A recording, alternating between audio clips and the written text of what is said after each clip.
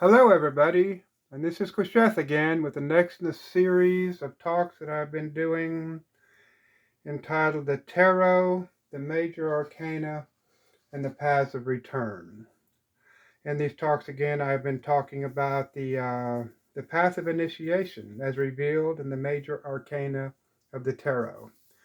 Because, again, it is my belief that the ancient Magi saw the new aeon coming, this aeon of Christianity, and this new whole time, this whole new spiritual formula being introduced to mankind, and they hid their teachings in symbols. And you can see, and one of the it is theorized that they hid their symbols in the Book of Thoth, the Tarot.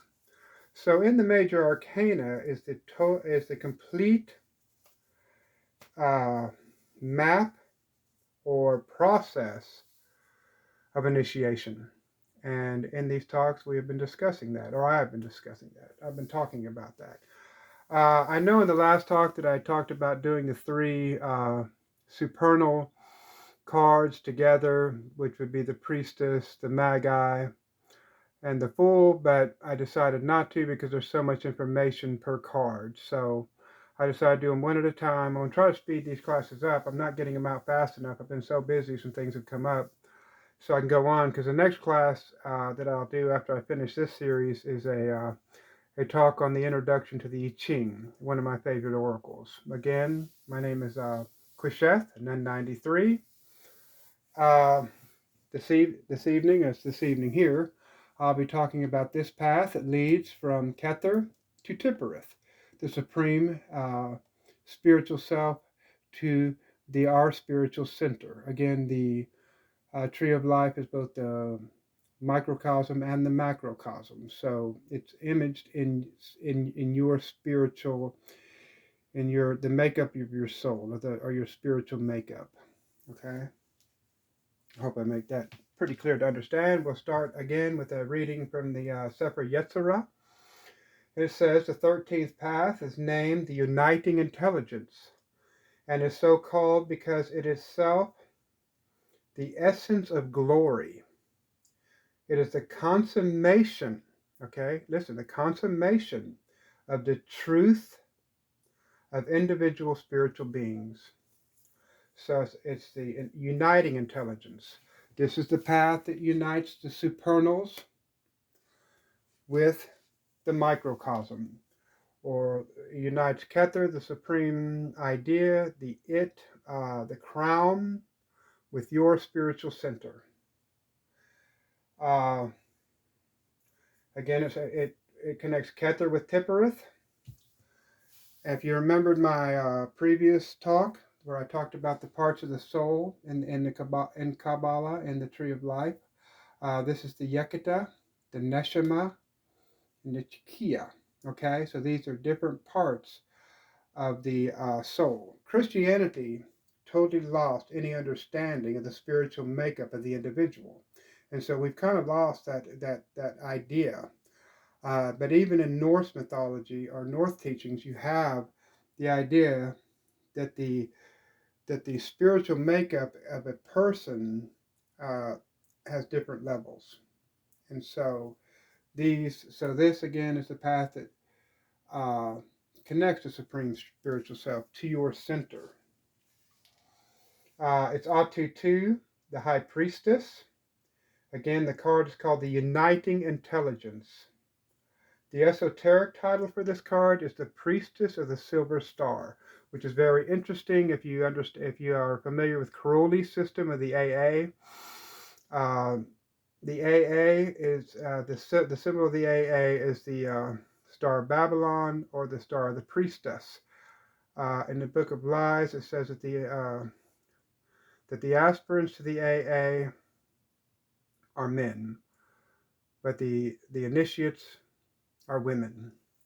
And so the Hebrew letter is Gimel, or Himmel, however you want to pronounce that. Its number is 3. It means camel. And in Arabic, it means rope, which kind of is interesting if you think about the Bible, where it says Jesus, it's harder for a rich man to enter the kingdom of heaven than a camel to pass through the eye of a needle. The word there was Gimel, and whether or not the Arabic or the was the Arabic translation of rope is in question. Okay, this is one of the planetary paths. We talked about that. There's 7 planetary paths, 4 elemental paths, and 7. I mean, there's 12 astrological paths, 7 planetary paths. Okay, and so this is one of the planetary paths. This is the purest, most exalted conception of the moon. So again, and there's 4 elemental paths. I'm sorry. But this is the purest, most exalted conception of the moon, a symbol of the highest initiation. So this is the path of the initiate going through the abyss, uniting with the all. The initiation for Kether is the Epissimus, where the man is a man god, uh, god and man, or the two have merged to complete wholeness. It's the super consciousness versus the okay. Remember, we talked about this path in the personal cards, in the personal triad, and this path here is the path of Quoth, the moon. But this is the path of the personal unconscious. This is the path of the super unconscious. They are both united within ourselves, but the super unconscious is hidden under the refuse of our personal unconscious. So that is the so in our personal unconsciousness is hidden the philosopher's stone. It's hidden within the refuse of our being. It's always there, but buried in our personal the things that we have suppressed throughout our lives and the various garbage that we have stored in our unconscious. And that's why, we'll get into that later, and that the great work is so important, that the foundational work, the building of the floor of King Solomon's temple or the base of the pyramid is the first work that the aspirant must engage themselves in if they want any success in this path. Remember that Crowley, in his earlier days, when he began, he was unfocused. He was a magician, but he was unfocused, couldn't focus, and he was taught by Bennett, among various other peoples, yoga uh, to still the mind, asana, pranayama, the practices that master the body and make it obey will. Otherwise, the body has its own will, it's continuously going to torment you with its needs, its wants, and the more we feed those, the more they grow. That's called addiction, right? And uh, so that's, I can't stress enough the earlier work that I talked about on the earlier paths, and if you have not seen those talks, go back and review them, is so crucial. It takes so much discipline, and that's really why almost 90% of people fail, because they want to be magicians, they want to conjure demons, they want to cast circles, they want to do all this glorious magical workings that's found in these grimoires. And I did too when I first started. I was attracted to power and I was attracted to magic, but the more you get into it, the the the more you realize that uh, the more you excuse me, my computer just notified me my battery is going low, and I forgot to turn on my power switch. So basically, like I said, most initiates start with that idea, but as they progress, they abandon all those ideas, and then the supreme attainment becomes the initial idea. And that was the idea in the first place. Everything else were trappings to trap you, to hook you in and get you on this path in the first place. And then you're on the path and you realize that it's really hard work, that to be an efficient magician, and we are all magicians, even if you are not standing in a circle with a grimoire or with the goisha, you're still a magician. Every day you are creating your reality through your thoughts and actions. So, the creation comes into being the same way. You have the initial thought coming to manifestation, okay? So the same thing. Everything works by the same principles. Everything that you do begins with a thought. And in that thought, you take and manifest it into reality. You are manifesting your reality every day. How efficient or a magician are you? If your days are filled with, thoughts that are irrelevant to anything you're trying to achieve, emotions, bodily needs, addictions, it covers up this spiritual center within ourselves. It's being continuously informed by the supernals, by the supreme spiritual self that seeks to be united once again. Okay, so this is just not what you think is a personal quest.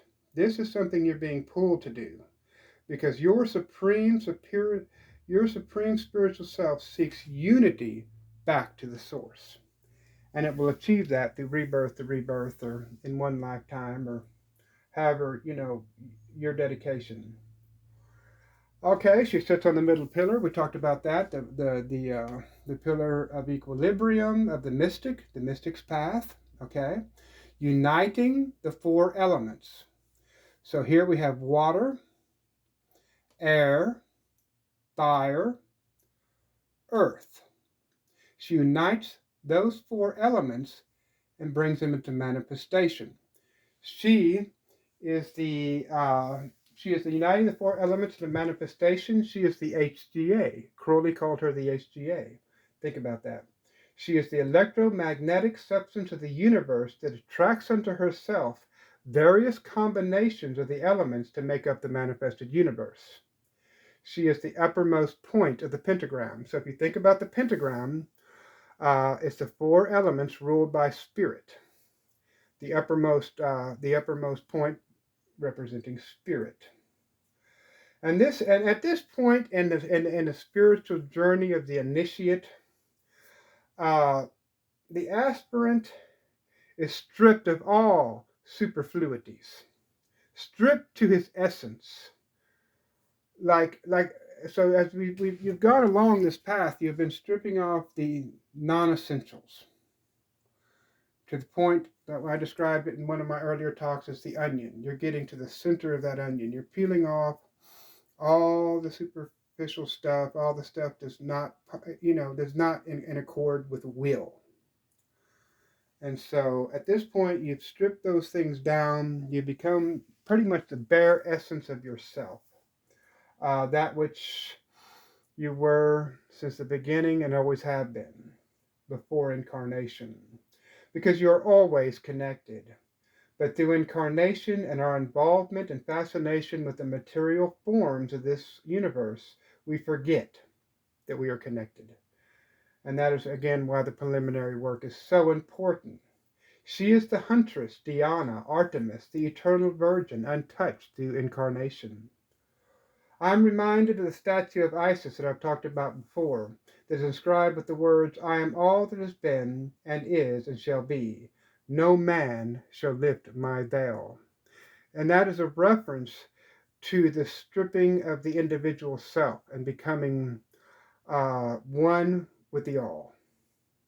So no man shall lift my veil. Okay, so this path crosses the veil between the actual and the potential. It is the last ordeal of the initiate. It is described by those who have made this journey as a great darkness, a desert. Thus the meaning of the letter Gimel, meaning camel. And you can see it in Crowley's cards, which we'll talk about in a little bit.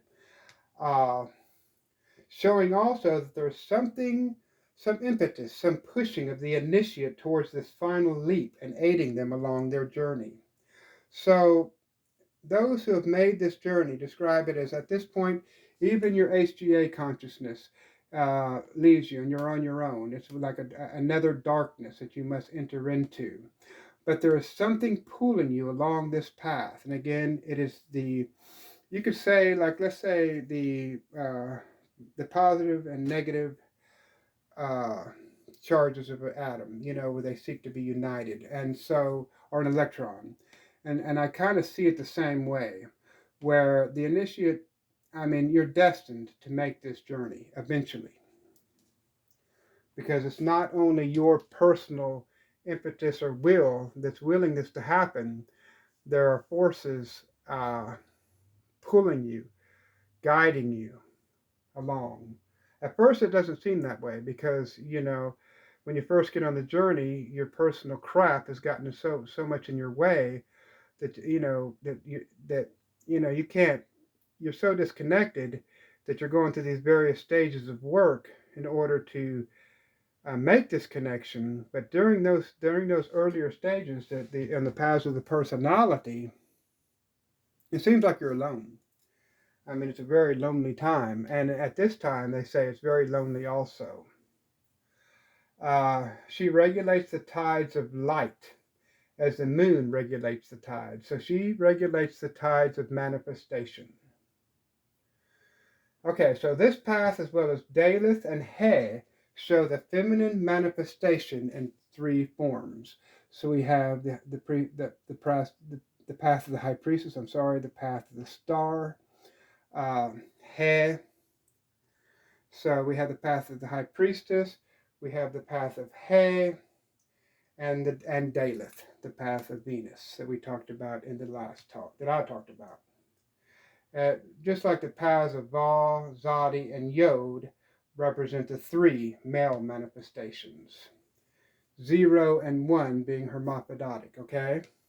And so the paths of Zadi, we know, are the Emperor. The path of Va is the Hierophant, and Yod is the Hermit. Paul Foster Case has this to say about this card. No matter how many forms develop from it, the virgin substance itself is unchanged, like water, which holds matter in suspension or solution. This substance remains over itself. Here is one key to the alchemical mystery of the first matter. Here, too, one may find a clue to the inner significance of the virgin myths of all religions. The magician is the first matter here. She is the root matter. She is the substance of his idea. Carl Jung says, she is the life-giving power of the universe, the virgin milk that sustains all. She is the source of the 4 rivers that flow from the supernals, the Pison, fire. Okay? The Gihon, water. And so again, it's these elements. Hitkael, air. And Froth, the earth. She is the Akashic records, for all things are recorded unto the substance of the universe. They're implanted. We'll take a look at the cards real quick. So she is the virgin substance, the milk of magnesia, the electromagnetic, the aether. I'm trying to think of other terms, that the ectoplasm that the mediums used to use. She is the electromagnetic substance that makes up the universe. And so she attracts, like a carbon atom, she attracts various elements to her in various combinations to make the manifested universe. Once the initiate crosses this path into the realm of the supernals, the world of Absolute, the realm of fire, the spiritual fire, all ideas are contained in this area. All the initial ideas, the archetypes exist here. I have not made this personal journey, so it's very hard for me to discuss it. I'm not that high in my initiatic journey yet, but this is the realm of the archetypes. All the initial ideas, the initial thought of creation are contained here. And so when the initiate comes through here, they will see all things and their opposites, because all things exist here in the initial idea or the initial thought of creation. We'll look at the cards real quick. Okay, so let me get these cards up real quick. As most people know who've been watching my videos, I'm not the most technologically advanced guy, so I kind of have to maneuver things around a little bit and get things where you can see them. Okay, this is Waite's card. And so it's pretty simplistic. It shows the priestess sitting before the veil. In her arms is the Torah, the law. She has the cross of equilibrium, showing her position on the middle pillar. She has the crown of Isis, the moon, and she sits between the two pillars, Boaz and Jachin. And if you see right here at the bottom, see this flowing, this water that flows from her, showing the essence of the universe, the watery essence of the universe. You'll see that in all of Waite's Major Arcana cards. She informs creation. She, like I said, she regulates the flow of creation. She informs creation. And so, and then at her feet, you see, of course, the moon. Again, this card is ruled by the moon. The moon is what? The unconscious. And so all the information of the supernals is contained within our unconscious. And it's just up to us to seek that journey within. And within is contained the Philosopher's Stone. On the veil, there are pomegranates and palms. This is what Waite calls them anyway, a reference to Mercury and to the goddess. This is kind of the way he explained it. She is the source of the stream that flows through all the preceding cards. She sits between the pillars of Jachin and Boaz. These are the pillars that are said to stand at the entrance of King Solomon's temple, meaning strength and establishment. They also symbolize the pillars of equilibrium on the tree of life, these pillars here. Okay, so she's sitting right between those two pillars. The scroll that she holds is the Torah, is marked Torah, meaning law, for she again regulates the flow of creation in and out. From the beginning to being to dissolution. She wears the crown of Isis or Hathor. Again, the equal-armed cross is a reference to the equilibrium of the middle pillar and the equilibrium of the four elements. She sits at the doorway into the supernals before the veil of the mysteries. That veil I discussed earlier when discussing Isis. So that's Waite's card, and it shows pretty clearly that she is the doorway that leads the initiate into the supernals, into higher knowledge. Crowley's card is a bit more complex. Let me get this card for you. And my cards aren't as colored as some of the decks I've seen. I've got one of the older decks, but I've used Crowley and Waite for years, and I really enjoy them. Here is a really good representation. You can see the moons above her head. She sits in the figure with her arms upstretched in the symbols of the moon or the priestess. She sits upon a cubic stone representing the material universe for which she rules and controls the ebbs and flow. At her feet are the various geometric ideas that will be manifested into the physical reality. And you see at the bottom of her card, there's the camel. Again, the animal of this card, which represents the animal that can cross the abyss, the desert. On her lap is the bow of Artemis. Now, we talked about, in my earlier talks, we were talking about the path of the personality. Here, we talked about these three paths, Qesheth, okay, Qesheth, which means a bow or rainbow. And then we talked about the path of Sagittarius, the archer. We have the bow. This is the path of the personality, where the initiate, the will shoot the arrow of aspiration. From here, the arrow was met with the arrow of inspiration. Okay, so she has the bow that the arrow of inspiration will be shot from uh, to continue to help the initiate or the aspirant along their journey.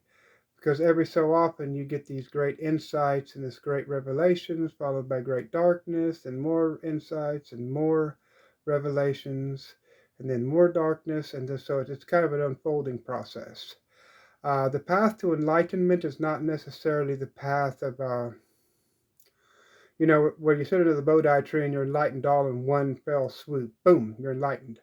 It's a process. It's a steps. It's a unfolding, and so it doesn't happen all at one time.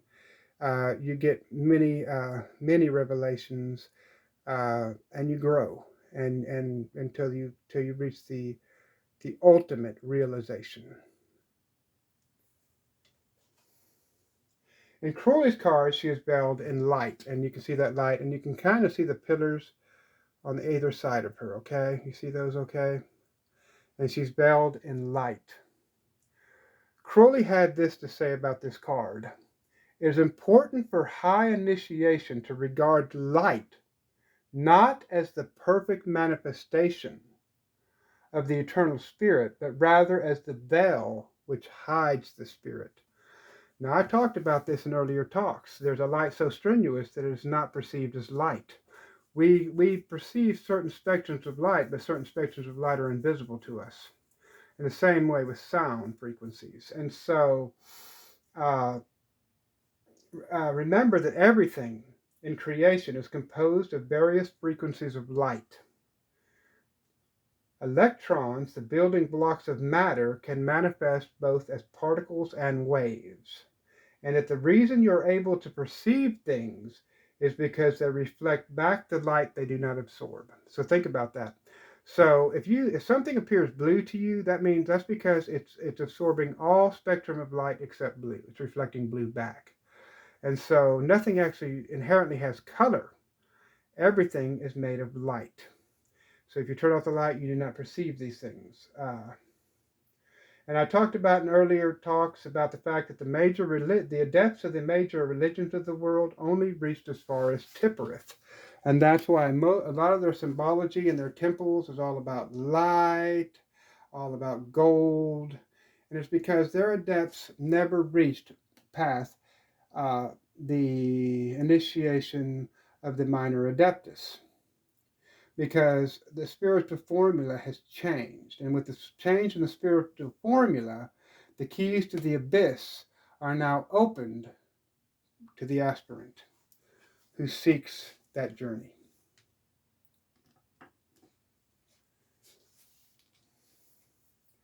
Okay. She is the truth behind the veil, the soul of light.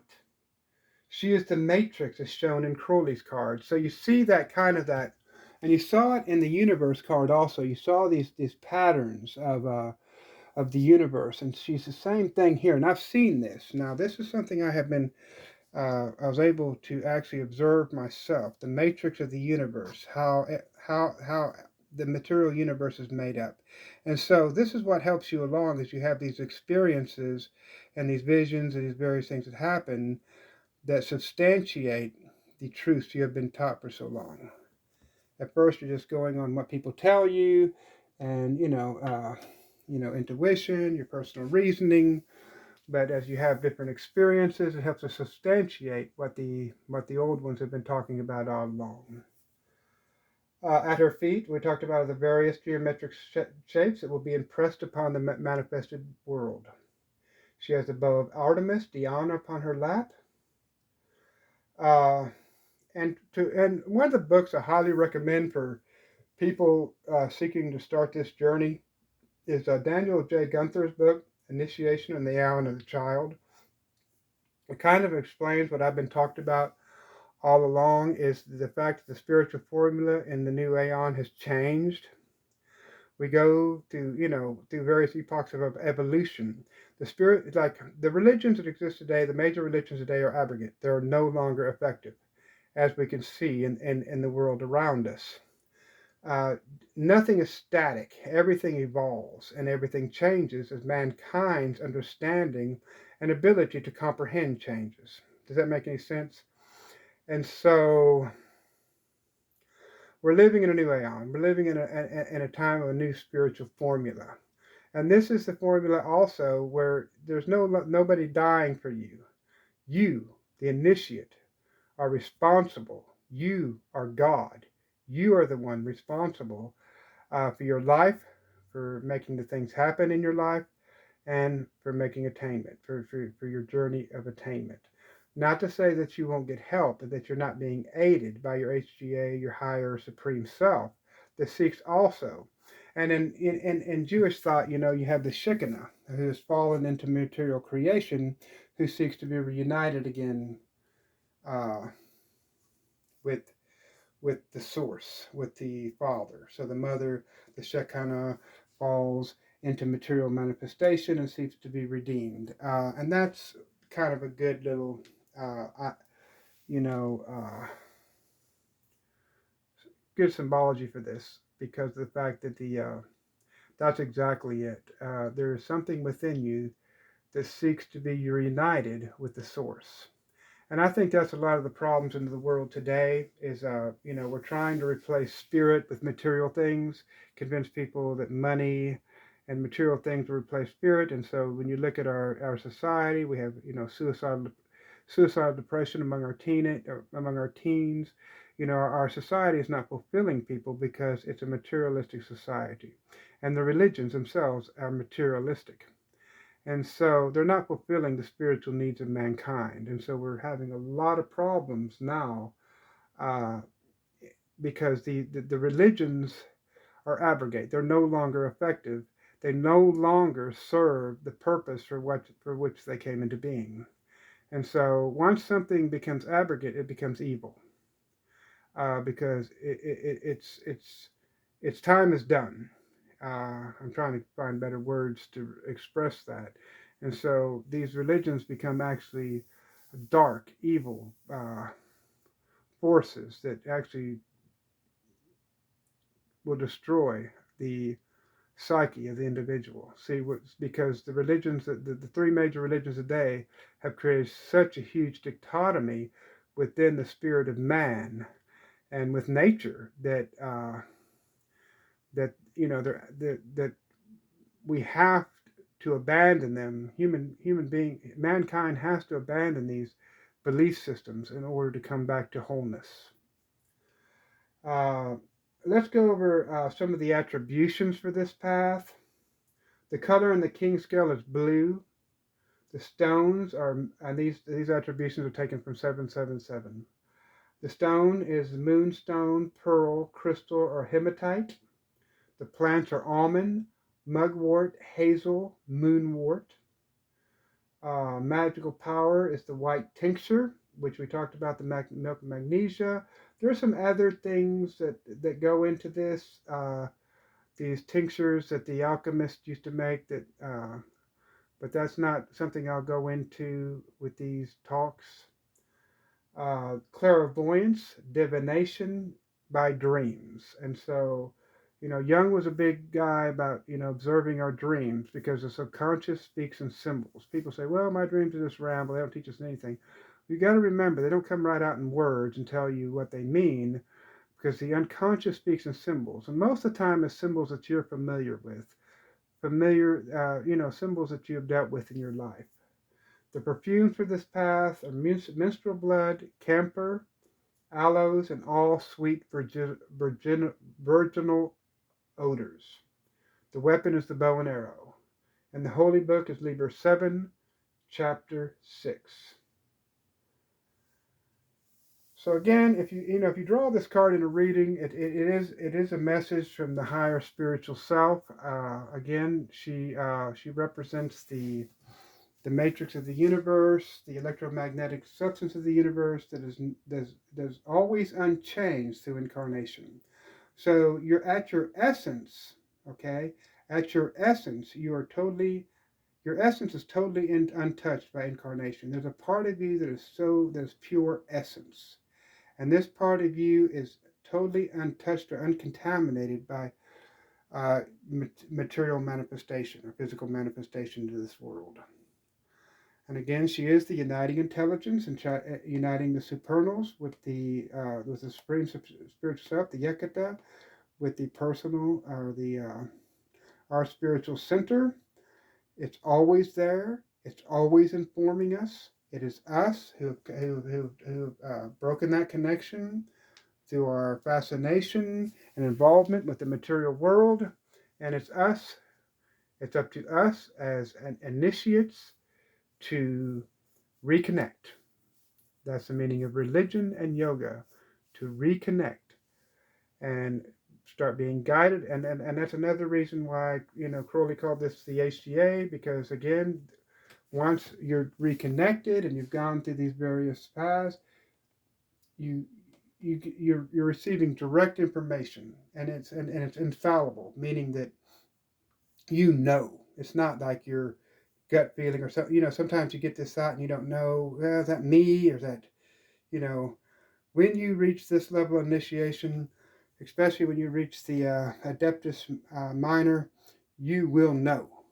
I mean, there is no doubt that you're in touch with a higher being that is now informing your life. And so this journey is well worth the take. It's just a lot of work early on.